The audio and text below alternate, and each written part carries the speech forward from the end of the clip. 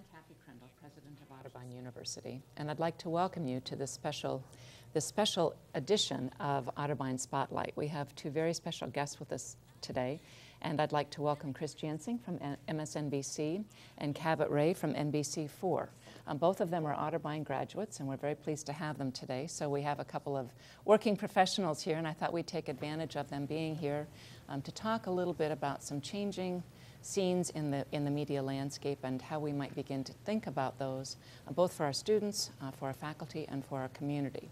Obviously, both of them are actively engaged currently as newscasters and have watched some of the changes in the industry over the past couple of decades. So I thought we'd start with a little bit of conversation about where we are today in terms of media industry. So I will throw the questions out, and one or the other of you may step up to the plate and take a swing at it. And then you first. If you want to join in. We should say that Cabot and I went to school together. He married my college roommate, and we've got yearbook photos to prove it, by the way. 1976. So we're old friends, and never expected when we were at Otterbein to end up in the same profession, did we? No, we did not. Life has a funny way of taking us down roads we never expect. And I have promised not to ask terribly probing questions about those days when they were at Otterbein together. We're too old to remember. It's okay. At any rate, I guess in the early days of the media landscape in U.S. History, before we were even a country, the way you got your news and information was from basically newspapers. And those newspapers were very editorially laden. That is, there were particular political perspectives being presented. And the idea was to persuade people, to inform, but also to persuade people to a particular view. Fast forward to the 20th century and the sort of emergence of the objective journalist, the idea of being unbiased, non-participant in politics of the day, and standing back and commenting. So from Edward R. Murrow and Walter Cronkite, we got the sort of objective reporter ideal. Now the question is, where are we today? You see some news organizations that seem committed to a particular political perspective. You see some reporters who are really commentators with a particular political perspective. And I guess I wanted to ask the two of you to speak to this in terms of, do you see this as sort of a, we've gone full circle, we've come back to the future? Is this just a natural evolution? What do you see happening now in terms of the future, and how has it affected your roles as newscasters? So I'll throw that one on the table. Big question. Yeah, obviously we're in a very different landscape, and it's a diverse landscape. Cab and I were talking about the fact that when we were growing up, you basically had three stations that you looked at, ABC, NBC, CBS. You got your daily newspaper, and it wasn't until the next day that you got updated on what happened for the daily newspaper. Now, every time that we do a meeting for the show that I do, Jansing and Company, and same conversations happen at the Today Show and Nightly News, it's people have this landscape of 1,000 channels. They have a vast internet access to every possible type of landscape. And so the first question is, what are they looking for, and how do we get them to watch us? Because the business aspect of it is much stronger than it was back when Cabot and I started. Beyond that, there has been a blurring of the lines. There's been a blurring of the lines of what's news, which is what we do, what I do every day. I try to present something that just the facts, ma'am, as we used to say. But the organization that I work for half the time, or a good bit of the time, MSNBC, is clearly left-leaning in prime time. If you asked Rachel Maddow, if you asked Lawrence O'Donnell, are you journalists, are you reporters, they would never say Matt Lauer and I are one and the same. It's not what they're purporting to be. It's not what they want to be. I think it is interesting to have those voices out there, and I think the voices are necessary on all ends of the spectrum. I do think, though, that it makes it harder for those who walk down the middle to differentiate.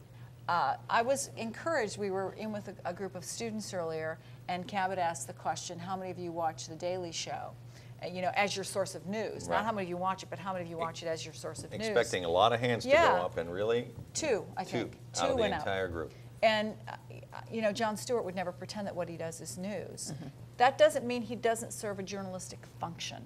I think he sparks debate. He sparks conversation. We're in a very complex world where I think people need to be talking about a lot of different things. But the landscape is so different than it used to be. It really is. And in fact, I think that obviously you have Fox, which is a station that many would say is a right-leaning network. You've got MSNBC leaning left. You've got CNN in the middle, trying to find that audience. And in each case, most of the time they're preaching to the choir, because most of the people who tune in to listen to the programming at MSNBC are probably people of that particular mindset. Right. Same with Fox, same with CNN. But again, as Chris said, there are so many options out there for viewers to tune into to watch that if they want to get the straight down the middle, they tune into NBC Nightly News and they see the stories of the day. If they're looking for thought-provoking, maybe sometimes literally provoking opinions, they tune into MSNBC in the evening, or they tune into Fox as well, and they seek that out. But again, it sheds a new light, it gives new perspective. Often they can get much more in-depth on an issue in those time slots than they can with a minute 15 or minute 30 story during nightly news. So it all serves a purpose, but you're right, it has changed. There's it's an opinion editorial journalism has also found its way into a prominent role in America. I think a greater concern, and Lawrence O'Donnell put it very well, he said, you have a right to your own opinion, you don't have a right to your own facts.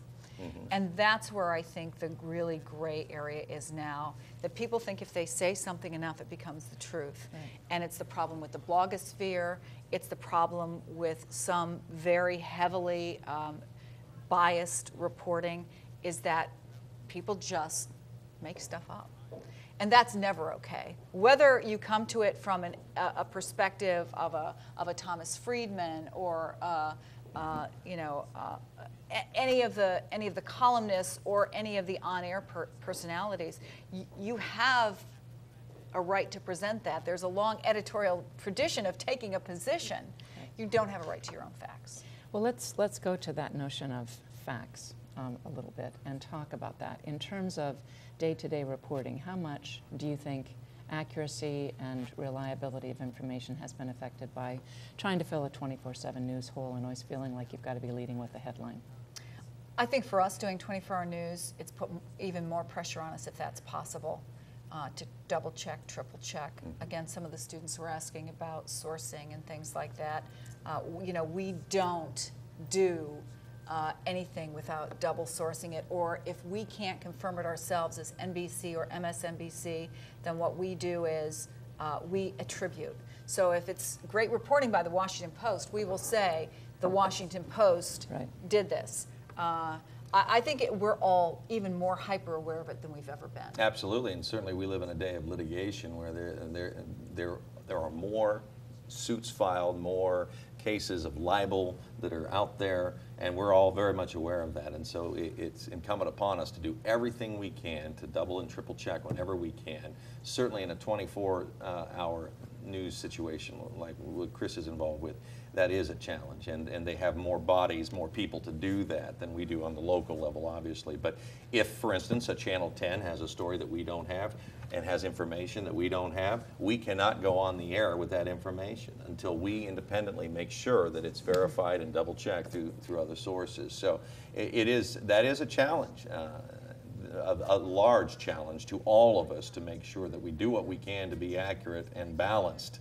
That's the other key word of the day, balanced in how we cover. Well, the other funny thing is, and I you like to think that we've always been this way, and I certainly have prided myself on really being a great researcher, making sure that I've crossed my T's and dotted my I's. But the reality also is that when Cabot and I started, if you made a mistake, and as much as, say, somebody like me is on the air ad-libbing, inevitably you're going to misspeak. Right. A lot of times we just go by. But now everything's out there forever. It's taped, it's YouTube. Yeah. And so that lives. And if nothing else, that should be a cautionary tale for people that you can't really get away with that. It's going to be played and replayed. It certainly has affected our political campaigns and our political life. Right. And I think it has had an appropriately sobering effect on journalism. we're not off the cuff as much even as we were 20 years ago. We could get away with a little joke, a little side shot, a little something that might be a little provocative and just a little opinionated. We don't, that has changed. You don't do that because it will pop up again. Yeah, PC as in politically correct wasn't so much in the lexicon when we started. Right, you know. but it certainly is The offhand comments, you're much more wary of. Okay. Well, let's go back to that point, Cabot, that you raised about people flipping to one channel. Well, I guess using the remote, not flipping, but using the remote to go from one news service to another news service and seeking out maybe alternate perspectives. I guess one of the questions that I had was when you move from sort of the dominance of the three networks and you move to more of a narrowcast, away from sort of a broadcast model to a narrowcast model, people had more options. They could focus on, if they wanted to watch sports all day long, they could. If they wanted to tune into a particular political perspective, they could certainly find a news service that would fulfill that. Do you think this has affected, that sort of narrowcast model has affected the notion of kind of a shared set of cultural values, a shared set of experiences? I think it absolutely has, and It's a great question. It's a good question, and I think sometimes we have to be careful, and we have to take some of the blame for this in the media, because I think I don't know that we've ever lived at a time where we've had more diverse, polar opposite opinion that is trumpeted day in and day out. And because there's so many sources, I don't know what the answer necessarily. I'm just saying I believe you're right that it supports. I don't want to say divisiveness, but it certainly has given people the opportunity to go be fed if they don't agree with this, and I can be fed over here. And whether that's you hope that people have a good head on their shoulders and they're able to find their own truth in the midst of it all. But I do think that we have certainly reached, maybe like never before, an era where every opinion, and often the widely divergent opinions, are the ones that are getting the most ink, the most attention, the most airtime. Well, and I think a democracy is founded on the notion of an educated populace. Right. And that assumed that you would weigh in the marketplace of ideas differing opinions and you would reach your own conclusion. But when you live in an environment where you can seek only one set of opinions all the time and affirm, kind of solidify your position, it does create a different kind of, what we mean by, sort of that marketplace of ideas has kind of changed. It's a sort of more of a monopoly, I guess, in some cases, or you can find a monopoly if you want. If you choose. Yeah. That's why, thank goodness, we have options, that we have that little remote that, we hunt. Some of us are hunters. Some of us are nesters. I'm a hunter. So hopefully... You haven't nested on the MSNBC? only at 10 a.m. every morning. Well, and I would say at Otterbein, what we try to create are information gatherers. So correct. That's something that we strive for, is seek out all of those opinions and reach your own conclusion. But look, and I will say, long before I went to work at MSNBC, I was a person, and I had a suburban life when I was in local news, and so I would listen to radio news, and I would listen to both ends of the spectrum, because I wanted to hear what they were saying. And I often tell a story about one time I moderated a gubernatorial debate, and I was in the grocery store the next day, and I'm walking down the aisle, minding my own business, getting my Cheerios. And somebody stopped me and said, I watched you do that debate last night. It's clear to me you're a Republican. I could tell from your questions. I thought it was outrageous, and went through the whole thing and, whatever. Go around the corner, literally going down the next aisle. And a person stopped me and said, you're so such a Democrat. Liberal. Yes, yes. And so I felt like I had done my job because I had, challenged both sides. But I think a lot of times people don't recognize that when they're sort of judging the media or critiquing the media, everybody brings their own ideas, beliefs, and perspectives to it. So, one person's challenging questions are another person's attack. Right. And that has always been true of media. Right. Yeah. Well, you mentioned Matt Lauer earlier in the answer to the first question, and I guess Such a great reporter, really is. I think he's the greatest. Graduate, Ohio. Graduate. Yes. He is I think, just one of the preeminent interviewers of our time. Extraordinary. I am in awe of him, Matt. and a nice guy. He is a nice guy. Yeah, he is. But people like Matt, Katie Couric, you look at somebody like Anderson Cooper, look at somebody like Wolf Blitzer, the sort of rise of someone being both an anchor news person and also, in a way, a kind of celebrity. So where is that taking us? Is that a trend that's going to continue? And is that, I think Anderson Cooper's sort of available 24/7 now. So Yeah. I guess the question is, what does this mean in terms of a trend? Why is this happening? What does it mean? Well, I mean, I think at least from an insider's point of view, because I've certainly talked to some of these folks about it who have this sort of level of celebrity that you can't walk down the street. Right. You know, it creates obviously challenges and it creates opportunities. It creates opportunities because if you're J.C. Dugard and everybody wants to interview you, you're going to go with somebody you know and have watched all these years and feel comfortable with, right? The opposite end of the spectrum is that it makes it much more difficult for you to sort of get out into the real world and be part of that real world. You know, I can travel the country as I do for nightly news, and I can, you know, meet people. And, you know, if you have a regular job and you're not home at 10 o'clock in the morning and you're not watching MSNBC, you know, I'm out there doing stories, and it's great for me. It gives me really an opportunity to sort of immerse myself in a story in a very different way. But I don't think that necessarily, you know, makes it bad. I think it just, those people are so smart. They understand those challenges. And I would say that, you know, given their druthers, you know, they'd love to have a little more anonymity because most of them, you know, they came into this business from pretty normal lives. They still lead, as much as you can, pretty normal lives with, you know, husbands, wives, kids. You know, they still have to deal with going into work with a sick kid just like you do if you're a teacher, your college professor, or your local anchor. Well, if you look at the rise of the celebrity newscaster, if you will, is really tracks right along with the rise of cable television and that kind of thing, because there is so much more exposure to that personality now than there used to be. It used to be you had one anchor who would throw to a reporter who would have the stage for maybe a minute. You might see them for 10 seconds in the midst of that story, and that would be the extent of it. But now you know, and you think of the events that we were able to do live because of technology. When you think of Arthur Kent, the Scud Stud, during covering live, and he became a personality during that the Persian Gulf War. It's based upon the amount that you see the person on air every day, Anderson Cooper, and now he's branching out into talk television. It's a natural phenomenon that would occur.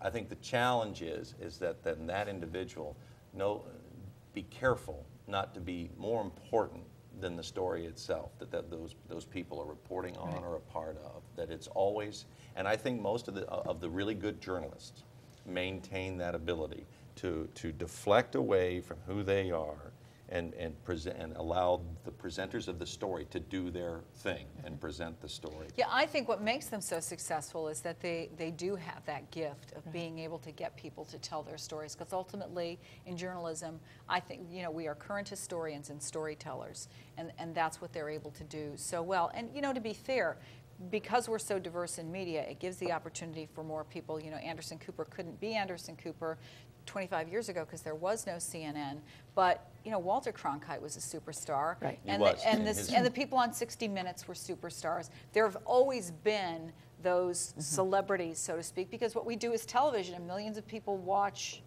those folks every night or every week. It's just that there are so many more outlets out there. I think there are more of them, and also there is the sort of the rise of celebrity journalism, and so another branch of the media started covering them as they would cover somebody, you know, started covering Katie Couric as if she was a sitcom star. And Matt, to some of degree. Course, of course. The Today Show group. Absolutely. Just people that are in our minds every day, or in the viewing the public's mind every day. And we're curious. People want to know about them. It's a natural way of men and women, I think, to want to know about that person. Well, I guess I'd like to use that as the foundation for the next question, that notion of people trying to have a life and trying to be a newscaster, trying to, Cabot, you must be recognized around town all the time. Well, when you spend 25 years in one place, and you kind of hope you are, because if you're not, then you're in trouble. Yeah. But it is interesting. I'll never forget being in a grocery store with my son, my oldest, Josh, and Josh had a lot of energy, and he was, I don't know, I think he was knocking some cans over, and I turned around and I went, "Josh, get over here right now!" And I turn around, and there's these two older ladies, and they're just looking at me going, "Oh." but I didn't realize he was an abusive father. So they didn't say that, but you just never really quite know where you are. And I'll go in a place with a ball cap on and looking pretty grubby and grimy. And I don't apologize for that, but yeah, that is part of the deal that you sign up for, that you're there, and you have to handle it, and you have to also realize that every single one of those people is important to you and to your station. And they feel they have a relationship with you. Yes, exactly. Yeah. One of the great stories that I ever heard, I used to do this 5:30 show, and I was out every night wandering parts of central Ohio or parts of Ohio, and a guy came up to me after his mother had passed away. A gentleman came up and he said, my mom, she lived for that show. When she was on chemo, she would call me and say, you'll never believe where Cabot was today. Those are the kinds of moments, though, and on the local level, we don't have quite the, the stage, obviously, as the network. But those are the moments that make you realize, maybe in some small way, doing what I do makes a difference. And well, yeah, I think so. I think it does, and I guess I wanted to talk about that a little bit in terms of, one of the sort of the core values of Otterbein is that idea of serving others, of serving community, and clearly both of you are serving audiences, you're serving your communities, different kinds of audiences in different kinds of ways. But I guess I wanted you to reflect a little bit. Cabot, you brought your yearbooks and the pictures and so forth, but what kinds of experiences at Otterbein? I mean, we stand for this idea of being an engaged citizen. Both of you are very engaged citizens, and both of you are providing a tremendous service to society. So were there things about your experiences at Otterbein that helped you prepare for this kind of experience? I remember your story, Chris, about how you got started. Yeah, which really was that, somebody who I admired, an upperclassman, wanted me to fill in for her. She had a date on a Friday night and wanted me to go and do the news on WOBN. I thought at that point that I was going to be running political campaigns somewhere. That was like the only Friday night you didn't have a date that I remember.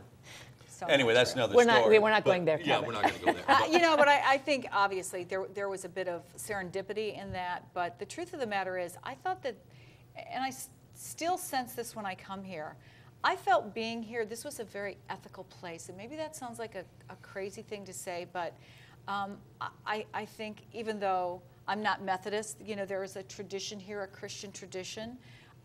It was a dry campus. It's still is a dry campus. dry campus. About 2 blocks away, though. It's that part has changed. Honestly, to us, sort of and Heather and I, Cabot's wife and I, were guilty of this sort of the kind of wild and crazy thing you did was go to get donuts at 2 o'clock in the morning, sneak out of the dorm. That still happens. Or go get chocolate. I've been there even recently. Go get chocolate chip pancakes at IHOP. I don't know if that's still even here, but. So, first of all, I think it created that sort of environment. But I also feel as though, in classes, there was a level of engagement and there wasn't a disconnect. And when I hear about friends, who go to big universities and all of their classes are like my 1 or 2 common classes that I would take a year where it was an auditorium. All their classes are like that, and they're not taught by their professors. They're taught by teaching assistants. And look, there's a place for that. But for my field, and coming where I came from, which was from a small town, being able to walk into WOBN like that under happenstance, and going up to, at that time, the program director and saying, I'll sweep the floors, tell me what you want to do. I think I need to do this. And not only getting encouragement from him, but being very nervous as you are at whatever I was, 18 years old, and going to my advisor and saying, I know I'm a political science major, but I think I need to be a communications major. And having him actually take the time to talk to me about that, probably brought me to a different place than I ever would have been. So for me, the experience was extraordinary, both in the contemporary when it was happening, but also sort of in the larger picture and the kind of, I think, ideals and the work ethic that it gave to me, because the professors did know who did and didn't read, who did and didn't pay attention, and it sort of fostered in you, if for no other reason, out of panic, that you did your work. I echo a lot of what she said. The beautiful thing about this school is that you're taught by professors, that you have an opportunity to interact with professors all the time, that there is a diversity of ideas that are shared often, and some that you may line up with, some that you may not, but there's always reasons given. It is an ethical place. It is a place where you learn discipline, and in a small setting like this, it is a place where you are able to have the kind of relationship with your with your professor, with the person that you admire, to a point where you see what the real world is through their eyes, and as a young person, it really does bring you up to snuff. Of course, Chuck Dodrell was a very important professor to me. He was my advisor when I was here in the theater department, but I was actually a music major, so I had a lot of music teachers, Bill Wyman and Dr. Reynolds. She was wonderful. Many great people that spent time with you beyond the classroom to give you perspective and to give you the opportunity to do things and to grow and to make mistakes and to learn from those mistakes. And those experiences that I had here were precious to me. And because it was a small campus, some nights there wasn't a lot to do, but you know what? That's a good thing, because what it did was it forced you to get into conversations, to engage students. You know, if I was bored at Davis Hall, we would be sitting in the TV room. I had some of the best conversations of my life with the students there. We didn't have so many other options out there, and that was another beautiful thing about being at this school at that time, was that you learned to converse, you learned to think, it was. I wouldn't have traded my years here for anything. And Dean Van Sant, Dean who Van, was such a big influence on me. wonderful lady. She really was, I have to say, she was such a role model for me of what a smart, strong, powerful, successful woman could be. Absolutely. And I had a professor, Marcia Gailey, in the English department, and I actually took an independent study with her in literature. And I always loved to read. From the time I could read, I always loved to read. But she helped me to really appreciate what good literature is. And I think that still has an influence on the way I write. And reading great literature obviously will always influence you. But it was, for me, really an extraordinary experience. And like Cab says, one I wouldn't trade for anything. I did have to hear Heather going on about this guy, as every college student does. My But wife, he actually Heather, turned out okay. They were roommates, by the way, in case, just to catch you up. And so she supposedly listened to my. I didn't know that Heather ever cried over me, because remember, she broke up with me. Now that's another story. But we got back there's together. A happy ending. Yeah, you must have. You must have talked her into. You need to wise up or something. I'm Maybe not you sure. had an influence I don't over remember. that. Okay, I think we've gone about as far as we need to go on that subject. Yeah, let's stop. I can't, we have just a couple minutes left, but I did want to, specific to Chris, we are a 65% female institution now. Many of our programs are really related to fields that have been dominated by women, things like nursing and education and equine, for example. But and all wonderful programs. But I wondered if you could take just a little bit of time to talk about opportunities for women, specifically in the media.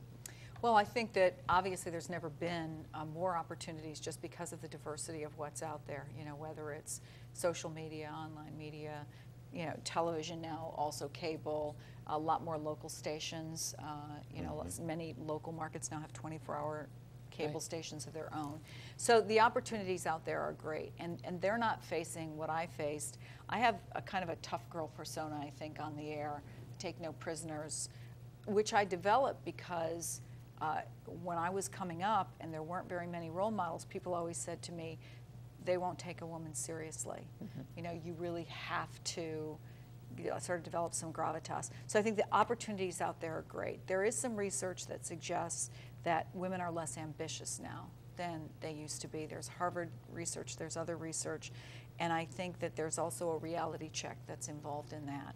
And I think that puts the onus on you and me and other people who have done well to really role model and to create opportunities for women. I know, like on my show, I don't want, no offense, I don't want all of my guests to be middle-aged white men. I want it to reflect America, and I think that's what we have to do as women is to try to encourage more reflection of what America is. Well, certainly you are a leader here also as president of this great university too, and that's very encouraging to hear that what's opening up more and more for women. Well, we are working on it. We're trying to change some of these standards. But Cabot, I'll turn to you for the final question. Don't you think it would be great as a male to go to an institution with 65%? I was going to say that. I thought that would sound chauvinistic, but you got to like the odds. That's all I'm saying as a male. He didn't need odds. Well, thank you so much for joining us today. Again, you're wonderful role models for all of our students, and we certainly appreciate the way in which you represent Otterbein to the entire world, the entire community. So thanks so much for being here. Pleasure. Thank you for having me. And thanks for joining us.